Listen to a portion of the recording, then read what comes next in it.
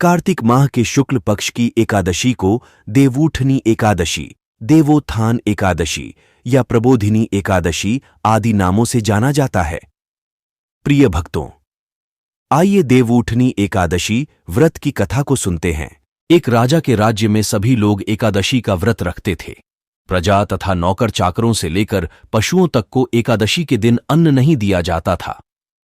एक दिन किसी दूसरे राज्य का एक व्यक्ति राजा के पास आकर बोला, महाराज, कृपा करके मुझे नौकरी पर रख लें। तब राजा ने उसके सामने एक शर्त रखी कि ठीक है, रख लेते हैं, किंतु रोज तो तुम्हें खाने को सब कुछ मिलेगा, पर एकादशी को अन्न नहीं मिलेगा। उस व्यक्ति ने उस समय हां कर ली, पर एकादशी के दिन जब उसे फलाहार का सामान दिया गया तो वह राजा के सामने जाकर गिड़गिड़ाने लगा, महाराज, इससे मेरा पेट नहीं भरेगा, मैं भूखा ही मर जाऊंगा, मुझे अन्न दे दीजिए। राजा ने उसे शर्त की बात याद दिलाई, पर वह अन्न छोड़ने को राजी नहीं हुआ। तब राजा ने उसे आटा, दाल, चावल आदि दिए। वह नित्य की तरह नदी पर पहुंचा और स्नान कर भोजन पकाने लगा। जब भोजन बन गया तो वह भगवान को बुलाने लगा, आइए भगवान, भोजन तैयार हो गया है। उसके बुलाने पर पीतांबर धारण किए भगवान चतुर्भुज रूप में आ पहुंचे तथा प्रेम से उसके साथ भोजन करने लगे।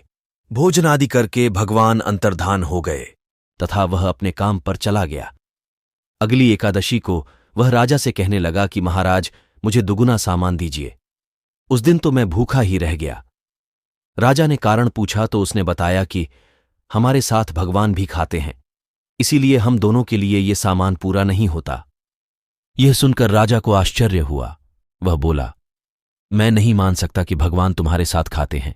मैं तो इतना व्रत रखता हूं, पूजा पाठ करता हूं, पर मुझे तो आज तक भगवान ने कभी दर्शन नहीं दिए। राजा की बात सुनकर वह बोला, महाराज, यदि आपको मुझ पर विश्वास न हो तो मेरे साथ चलकर देख लीजिए। राजा ने एक वृक्ष के पीछे छिपकर बैठ गया। उस व्यक्ति ने भोजन बनाया तथा भगवान को शाम तक पुकारता रहा, परंतु आज भगवान न आए। अंत में उसने कहा, हे भगवान, यदि आप नहीं आए तो मैं नदी में कूदकर अपना प्राण त्याग दूंगा। लेकिन भगवान नहीं आए। तब वह प्राण त्यागने के उद्देश्य से नदी की तरफ बढ़ा। प्राण त्यागने का उसका दृढ़ इरादा जान शीघ्र ही भगवान ने प्रकट होकर उसे रोक लिया और साथ बैठकर भोजन करने लगे। भोजन पाकर उसे अपने विमान में बिठाकर अपने धाम ले गए। यह देख राजा ने सोचा कि व्रत उपवास से तब तक कोई फायदा नहीं होता जब तक मन शुद्ध न हो। इससे राजा को ज्ञान मिला। वह भी मन से व्रत उपवास करने लगा और अंत में स्वर्ग को प्राप्त हुआ। प्रिय भक्तों, ये कथा आपको कैसी लगी हमें कमेंट करके जरूर बताएं।